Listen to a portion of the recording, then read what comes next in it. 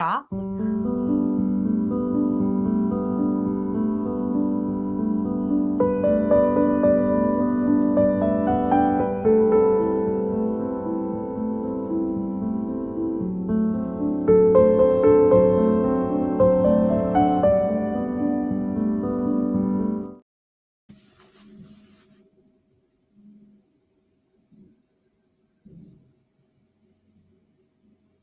Good morning, NIA families. Welcome to this last family engagement workshop for the school year. Can you believe it? We are already in June. It's been a very successful and engaging school year with you all. And so we're happy to have you. This last workshop is very significant for many families. We've already started having the conversations about what to do with your students during the summertime and how we make sure that they are not only, enjoying, of course, a fun and relaxing summer, but making sure that it is one of benefit and that their much learning that took place, their growth, their progress is not any way hindered by a lack of practice, a lack of learning activities during the summer. So that is today's theme. Our theme is preventing what we call as educators and in education, the summer slide. And we'll talk a little bit more about that. For those of you that are just joining in, or for those of you from our other academies who are joining us, I am NIA School Principal, Dr. Charara. So again, thank you for being here with us. So we're going to talk a little bit about preventing the summer slide and what that's going to look like.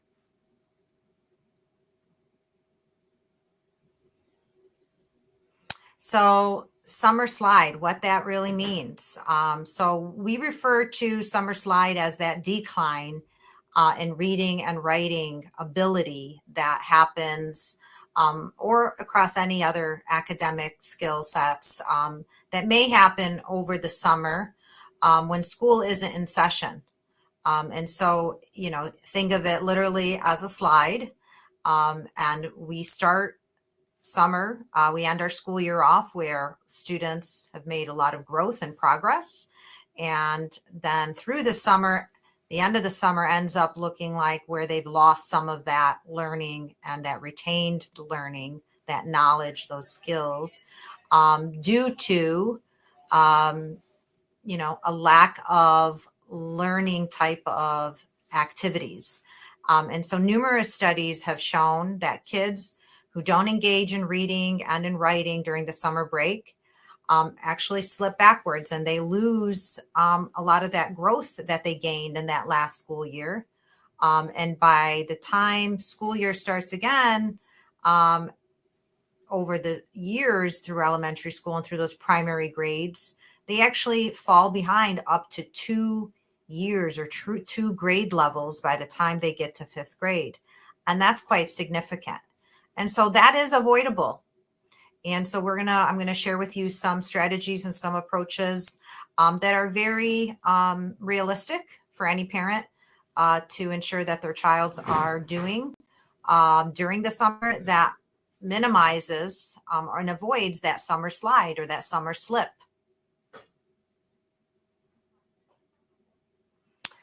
So home-based summer learning is effective, and it's shown through also a lot of different studies and research has proven that kids who are doing things at home during the summer, whether it's either physically at home or just away from school over the summer, those home kind of activities ensure that students are not losing a lot of their learning, specifically in reading and in writing, and definitely math skill development through some of these basic learning activities at home, and that only 3 hours of engagement and learning activities can prevent this summer learning loss. So 3 hours a week is really all it takes. And if you divide that up, it really is just a few times a week of anywhere between 20 to 30 minutes. So we're going to start off with talking about how you start off your summer to ensure your child maintains that learning that they attain during that school year. So the first thing you want to do is set some goals. And, to do this, you don't want to do this for your child, but you want to do it with your child. So your child has a say, and they have ownership over those goals. And they're goals that your child has, interest in. They helped create the goals, so they'll help succeed and reach those goals. So to set some goals, you want to make sure that you're considering literacy. And literacy is that area in child's learning and development that is across all content areas and is relevant to all subject areas. So reading and writing goals, you establish how much reading, how much writing is going to happen a week. For the older students, it might be where you are identifying how many books they're going to read for the summer. One thing we do here at NIA is at the end of the school year, we distribute some pizza rewards, some of our local pizza places, and students read a certain number, get signatures of certain read books. They submit that with their signature and they get a free individualized pizza. And so you can establish your own, of course, goals in terms of what is the incentive and what is the reward once that goal is attained, once they reach the goal. It might be something you personally do with your child. It might be, some going to the park. It might be an extra trip to, Dairy Queen or whatever your child has, is most interested in. You want to make sure that you're making age appropriate goals. So they are relevant for the age. You want to also make sure that the goals are realistic. We don't want to, say that we're going to read an hour every day. That would be a bit much. So we want to make sure that they're attainable, they're realistic, they're age appropriate. And of course, everyone, all ages, when you set a goal, the goal is, reached and meets a reward. So if it's not met with a reward, it loses, the drive, the average child and adult, is kind of like there's a merit-based system to everything. And so if there isn't a reward to the goal, that goal quickly loses, its value, and a child loses their momentum. So some things that we provide and that we've established, these are just a few, is online reading. And we have student subscriptions through Raz Kids, that's Learning A to Z, but every child has an account. So there's online reading option that is provided and every student has. And that's really not just at NIA, but across all of our academies. Older students use Epic, which is a free online leveled reading book subscription that most of our schools have, but NIA has established for our 5th and 6th graders. And then, of course, there's IXL, which is both a language and math practice online. And every year we here at NIA establish a summer challenge. And so students are received an award and a reward, not only a certificate when they come back end of August, early September. If they reach the challenge, the summer challenge, it's set for the entire summer. Once they reach that, and they've attained the summer challenge, and they reach proficiency in a certain number of skills. It's whatever's set in the system. Their reward is an outdoor, either ice cream social party, an outdoor lunch picnic, and a certificate that they attained that summer challenge on IXL. These are just some goals that are themes that goals can be established around. So both the school will set up some goals for your student, but number one is you as the parent want to set some goals, again, together, collaborate with your child to set those goals up. So of course, we want to make summer learning fun. It's a summer break. By no means do we want a classroom at home. We want it to be obviously also a break time for children. And so any type of learning fun or learning activities needs to be engaging, needs to be of interest. So, we want to get children off the screen. We know that, in 21st century learning, there's some screen time associated with children's learning. So we want to make sure that we're not having students on the Chromebooks or on the phones or on the computers at lengthy periods of time. So, go to your public library. Visiting the public library is free. There's usually, different summer programs, summer types of activities, summer camps at your local public library that are free to residents. Participate in that. Take advantage of that. Have children check out books of interest. Make sure that, one, you give your child options and that they are interested in the types of books that they're reading. Make sure your children are participating with you at home in cooking, preparing meals, baking.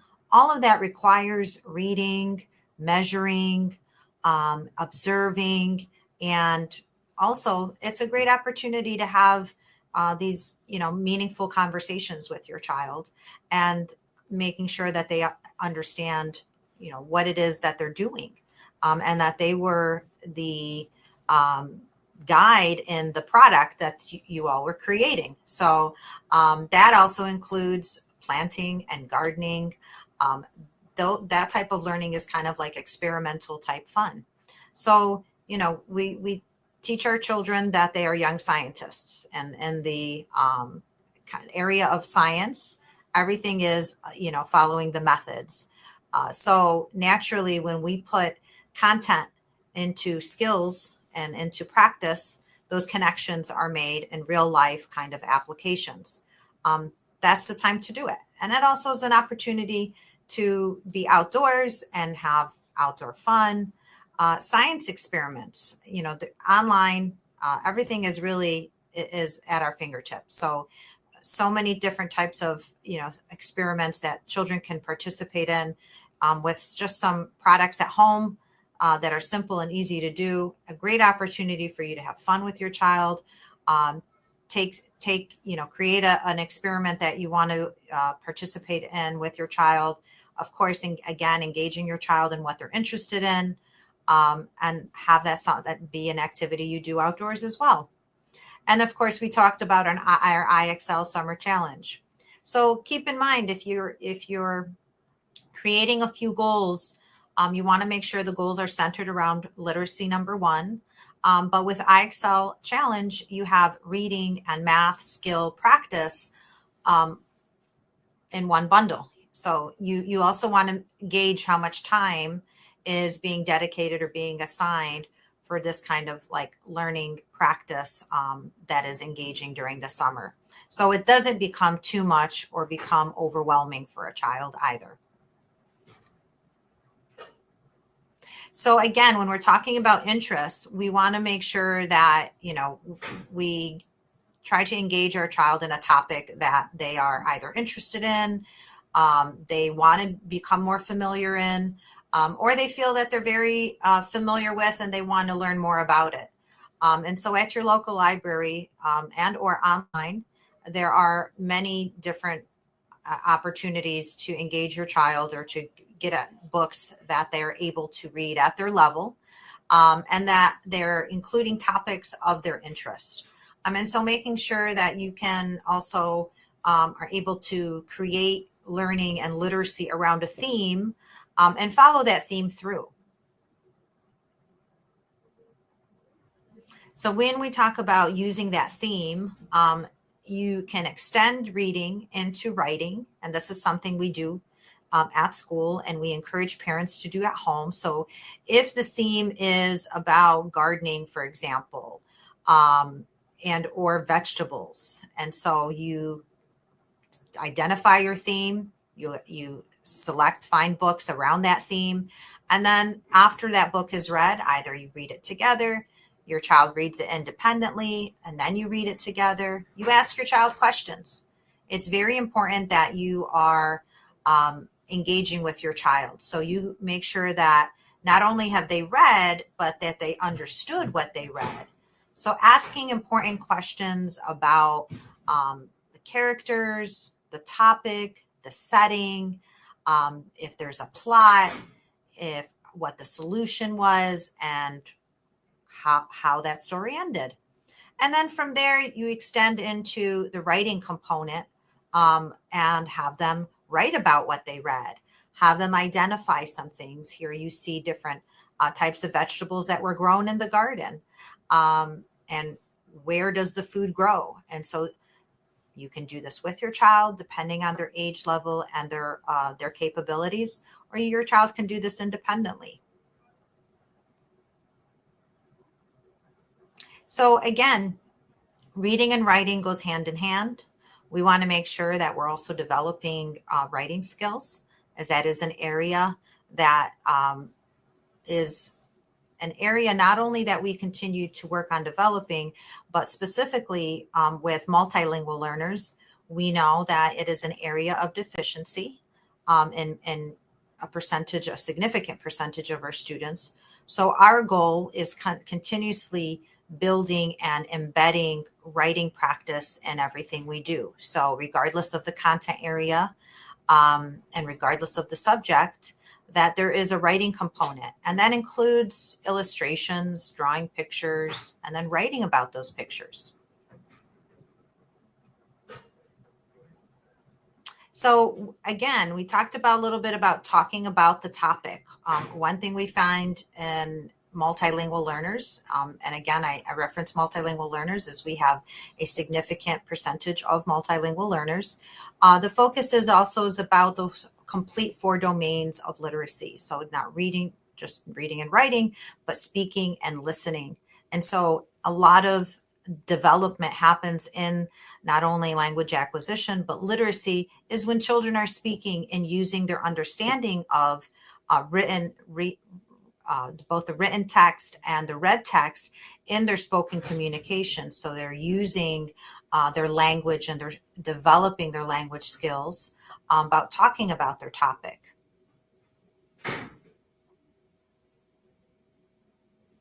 So here's another example of writing about the topic. So we can do that through charts and tables and graphs. That happens in really anything that students are doing. It can happen with while they're gardening, they can label what they've planted, making signs, drawing pictures. This develops a love for reading and writing. It also helps develop a better understanding of literacy and the relevance of literacy. You see here some charts, and the idea is making reading and writing fun, making it a natural part of our day-to-day practices. So here you'll notice that, whether it's through activities of cooking or baking, or preparing things at home, or doing just day-to-day things, going to the grocery store, this integrates all content areas. And this is in part about discussing and analyzing things with your children and having those meaningful conversations. So again, this can be done in your day-to-day home activities. You could talk about ingredients while you're cooking, where they come from, how they're grown, where they're purchased, the measurements of how and what they're going to use in their baking, how important it is to measure and gauge what they're putting into what they're cooking or baking, how everything has an impact on their product. So again, literacy development is both the reading, the writing, the listening, and the speaking. So the better and the more progress we're looking to gain with our children is by considering these 4 domains. And so keeping that in mind through the summer, and keeping that in mind in the different activities you prepare for with your students. So just to reflect and circle back, one thing we want to do, again, start off with creating summer goals. with your child. Again, have them have a say and develop these goals together. Making sure that there are certain days or certain number of days out of the week that a minimum of 15 minutes is set for reading, whether you're reading together or they're reading independently. But remember the 4 domains of literacy. You want to make sure that you're also asking your child questions, making sure you're gauging their comprehension, guiding their process of comprehending. And so there's a discussion with things that they've read. Reading definitely with your children in the lower elementary grades, lower primary grades, pre-K through grade 3. And again, depending on where you know your child's reading level is. Again, having those discussions, I can't stress that enough, making sure that they understand what they're learning and how they're learning and their meaning of their reading.